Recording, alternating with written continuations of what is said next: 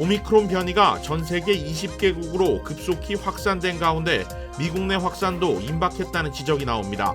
방역 당국은 조기 차단에 고심하고 있습니다. 연방식품의약국 FDA가 제약사 머크가 개발한 먹는 코로나 알약의 긴급 승인을 권고했습니다. 오미크론 변이에 대응하는 먹는 치료제에 대한 관심이 커지고 있습니다. 미시간주의 한 고등학교에서 총기 난사 사건이 발생해 3명이 숨졌습니다. 체포된 용의자는 10대 학생으로 드러났습니다. 오늘 나눔의 날인 기빙 튜스데이를 맞아 한인단체들이 기부 캠페인을 펼치고 있습니다. 여러분 안녕하십니까? KBS 아메리칸 뉴스입니다. 오미크론 변이 바이러스가 전 세계로 확산되고 있는 가운데 미국 내 확산도 임박했다는 진단이 나오고 있습니다. 아직 공식적으로 오미크론 확진자는 나오지 않았지만 방역 당국은 일부 공항들에 대한 감시를 확대하는 한편 감염자가 발생하면 신속히 발견해 확산을 차단한다는 방침입니다. 첫 소식 김경일 기자가 보도합니다.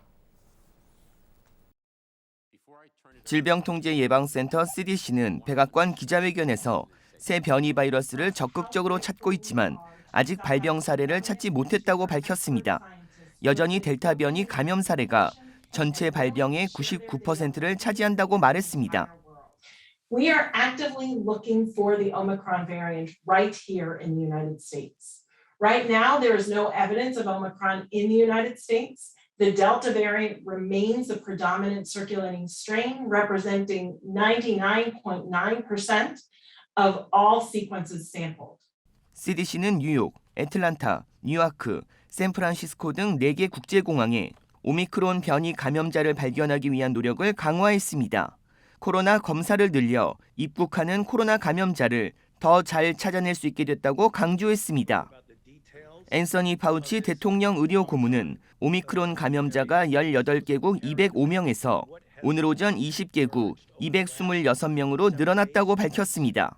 앞으로 수치들은 빠르게 변할 것으로 예측했습니다.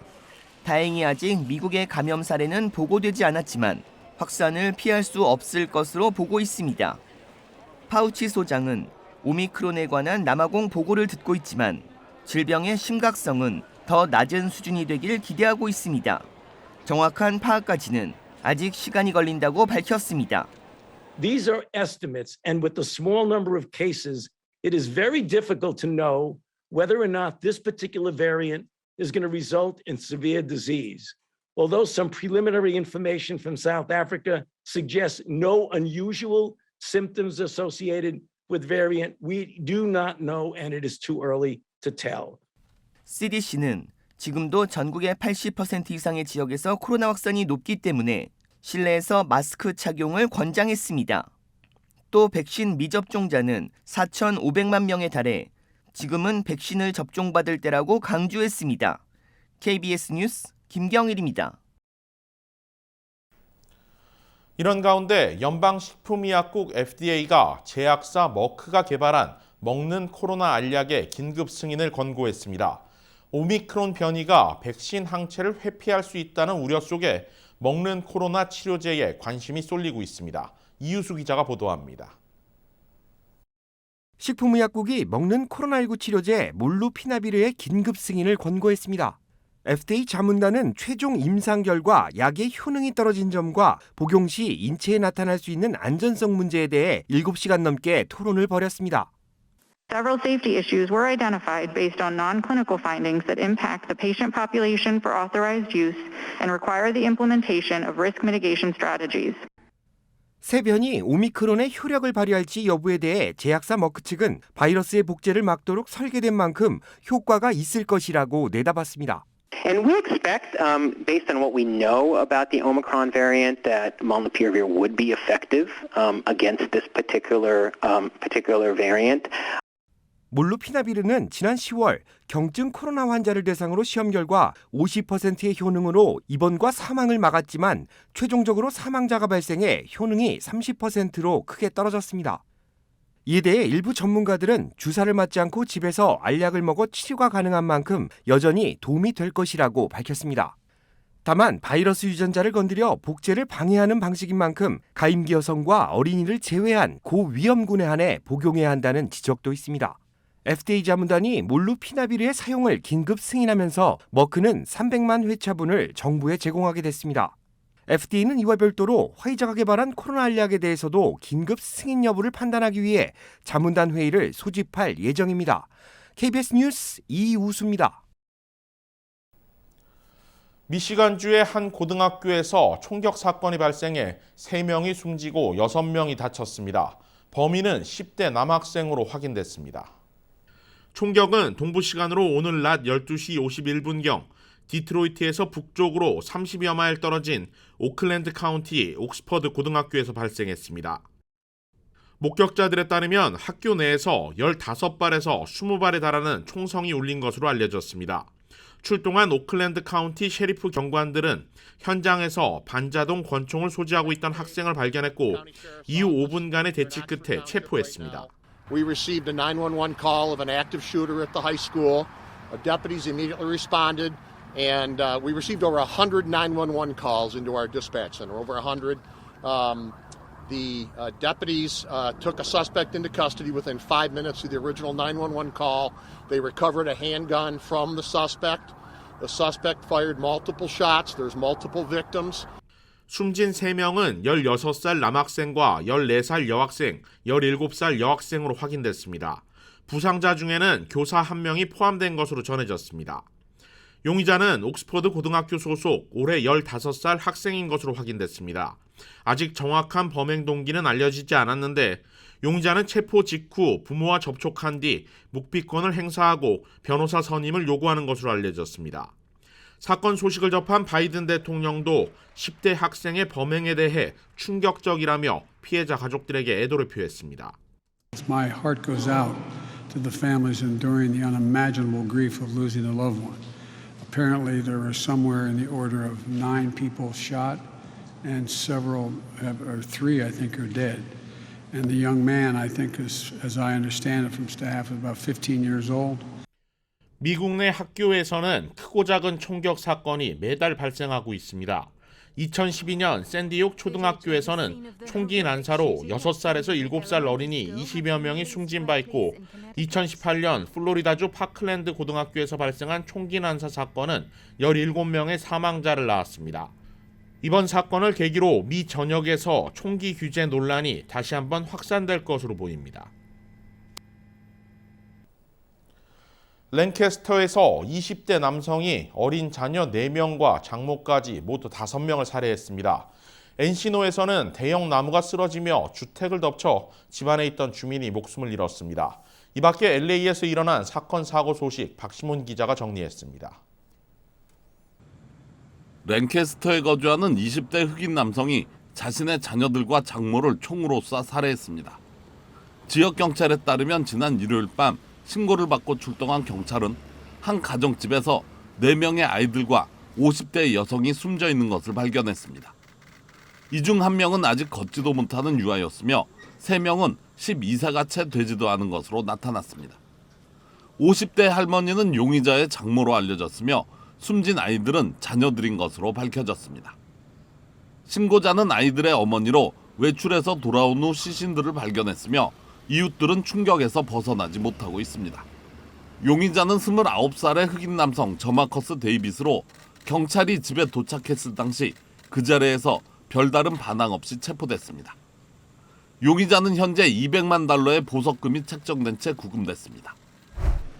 엔시노에서는 주택가에 있는 대형 나무가 쓰러져 집 한 채를 덮쳤습니다. 신고를 받고 출동한 구급대원들은 집 안에 있던 3명이 무사히 탈출한 것을 확인했으나 미처 피하지 못한 60대 남성은 시신으로 발견됐다고 전했습니다. 소방당국은 전날 밤 날씨에 영향은 전혀 없었다며 원인을 조사하고 있습니다. 원인을 조사하고 있는 조사관들은 이전까지 나무에 아무런 문제가 없었다고 보고했으며 다음날 아침 나무를 자르는 작업을 이어갔습니다. 어제 저녁 LA 국제공항에서는 한 여성이 터미널 문을 열고 공항 밖에 있는 램프 구역으로 나갔다가 체포됐습니다.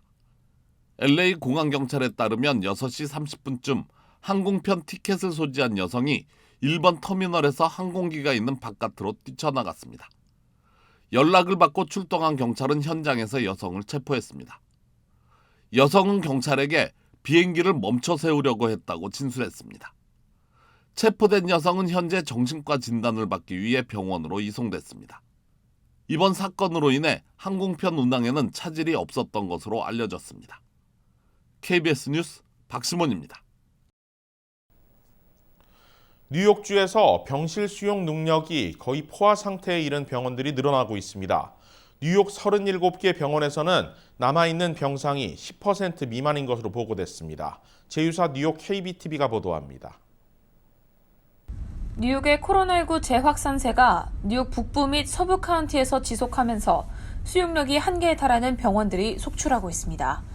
오늘 주 보건부가 발표한 37개 병원 중 뉴욕시에서는 퀸즈의 롱아일랜드 주이시 포레스트 힐과 퀸즈 하스피털 센터가 목록에 포함됐습니다.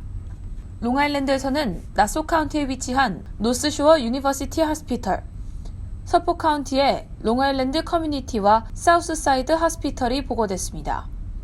이들을 포함한 37개 병원은 현재 수용 가능한 인원이 10% 미만으로 금요일부터 이 목록에 오르는 모든 병원들은 내년 1월 15일까지의 대부분의 비필수 수술을 중단해야 합니다. 병상 수가 부족한 원인으로는 코로나19의 재확산도 있지만 올해 초 주에서 시행한 의료진 대상 백신 접종 의무화 명령에 따라 의료진 수가 감소한 것도 한 요인으로 꼽히고 있습니다. 캐시 호컬 뉴욕 주지사는 병원, 요양원 등 각종 의료시설의 인력 수요를 뒷받침하기 위해 주 방위군 인력을 사용할 수 있다고 언급했습니다. 어제 기준 뉴욕주 내 코로나19 입원자 수는 2,829명입니다. 새롭게 등장한 오미크론 변종의 두려움이 엄습한 가운데 발표된 이번 뉴욕주 보건부의 통계는 주민들의 불안감을 더하고 있지만 아직까지 뉴욕에서는 오미크론 확진자가 발견되지 않은 상태입니다. KBTV 뉴스 김은지입니다. 블랙 프라이데이, 사이버 먼데이에 이어 오늘은 나눔을 실천하는 기빙 튜스데이입니다. 한인 비영리 단체들도 대대적인 기부 캠페인에 동참하며 나눔 확대를 실천하고 있습니다. 이유수 기자가 보도합니다. 추수감사절 연휴 다음 화요일은 나눔을 실천하는 기빙 튜스데이입니다.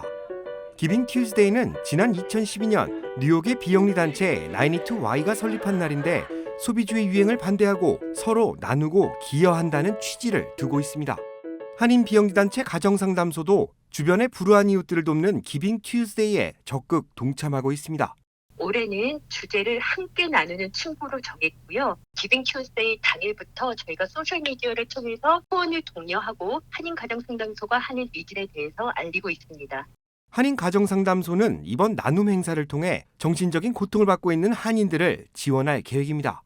심리상담 지원을 통해 한인 가정의 안정을 되찾아주는 것이 목표입니다. 팬데믹으로 인해서 많은 한인분들이 여러 가지 정신적인 고통을 호소하고 있으세요. 그래서 현재 심리 상담의 수요가 많이 늘어난 실정이라 이분들에게 저희가 무료로 상담을 지원을 할 예정이고요. 무료 상담은 체류 신분과 상관없고 경제적 어려움을 겪고 있어도 지원이 가능합니다. 기빙 튜스데이 행사에는 누구나 참여할 수 있으며 기부나 지원에 대한 문의는 한인 가정상담소로 연락하면 됩니다. 한편 기빙 튜스데이는 1년 중 가장 기부가 많이 이루어지는 날로 꼽힙니다. 지난해에는 국내 커뮤니티 단체 240여 개가 동참했는데 하루 만에 24억 7천만 달러가 모금됐습니다. KBS 뉴스 이우수입니다. 이번 주말 한인타운 주민들을 대상으로 백신 접종을 장려하기 위한 백신 페어가 열립니다. 한인타운 호바트 초등학교에서 열리는 백신 페어는 이번 주 토요일 오전 9시부터 오후 1시까지 진행됩니다. LA 통합교육부는 대면 수업을 희망하는 12세 이상 모든 학생들이 내년 1월 10일까지 백신 접종을 마칠 것을 규정하고 있는데 이번 행사는 이를 장려하기 위한 목적으로 준비됐습니다. 행사장 내 백신 접종은 학생들뿐만 아니라 커뮤니티 모든 주민들이 참여 가능합니다. 행사장에서는 예약 없이 5세 이상 누구나 무료 백신 접종과 코로나19 검사를 받을 수 있으며 1, 2차 부스터샷까지 모두 접종 가능합니다. 백신을 접종하는 선착순 200명에게는 음식도 제공되며 산타 부부와 사진 찍기, 다양한 공연과 함께 무료 상품과 경품 추첨 기회도 얻을 수 있습니다. 한인 청소년 봉사단체 파바월드가 LA 지역의 대표 연말 행사인 할리우드 크리스마스 퍼레이드에 참가해 한국 문화 알리기에 나섰습니다. 지난 주말 열린 제89회 할리우드 크리스마스 퍼레이드. 파바월드 소속 학생 100여 명은 이날 한인 사회를 대표해 부채춤과 화관무, 사물놀이와 함께 마칭밴드 공연 등을 펼치며 관람객들의 많은 박수를 받았습니다. 행진에 참가한 학생들은 또 다양한 한복 의상들을 입고 행진하며 아름다운 한국의 전통 의복 문화도 소개했습니다. 명원식 파바월드 회장은 이번 행사를 위해 지난 8월부터 사물놀이와 전통 무용팀으로 나눠 열심히 준비했다며 학생들에게 감사를 표했습니다. 할리우드 크리스마스 퍼레이드는 연말 시작을 알리는 LA의 대표 거리 행사 중 하나입니다. 올해 퍼레이드는 코로나19 팬데믹으로 2년 만에 개최된 것으로 참가자들은 할리우드 블루버드를 따라 3.2마일 구간을 행진했습니다. KBS 아메리칸 뉴스는 시청자 여러분의 제보를 소중히 생각합니다. 뉴스 마칩니다. 고맙습니다.